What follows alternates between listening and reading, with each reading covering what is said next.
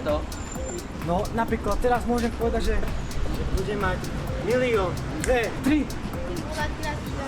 6, 10, 3, 6. 10.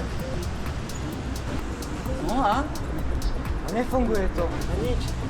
Aha, a teraz si myslíš, ako má dobre. No, ja vám to vysvetlím. Tak je dvojka.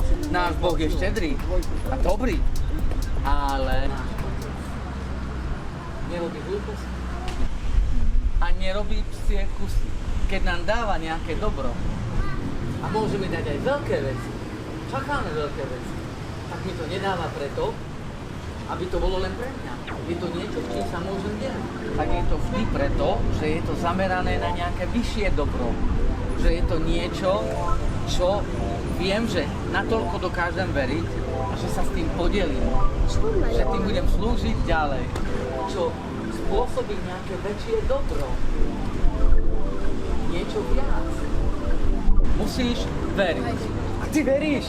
Ja verím. Vieš prečo?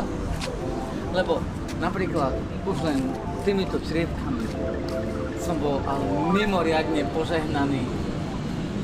Tam máme stovky a tisíce ľudí, ktorí to pozerajú a veria.